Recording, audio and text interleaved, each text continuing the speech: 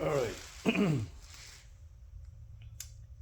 So here's our issue with this Hyundai Elantra.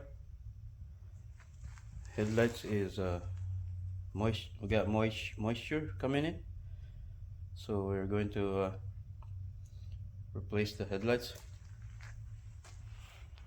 So let's do it. So here's the new light.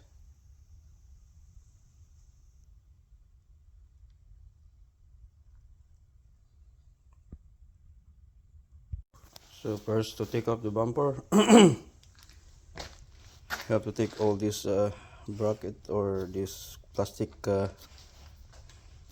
clips here. This,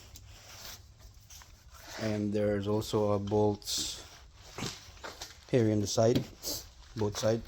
So we have to take it has to come out. So you're gonna need this kind of tool or screwdriver or anything that to fold this plastic piece off.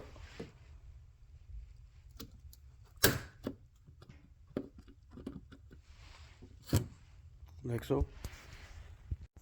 So you're gonna remove this screw here and these tabs here, bottom,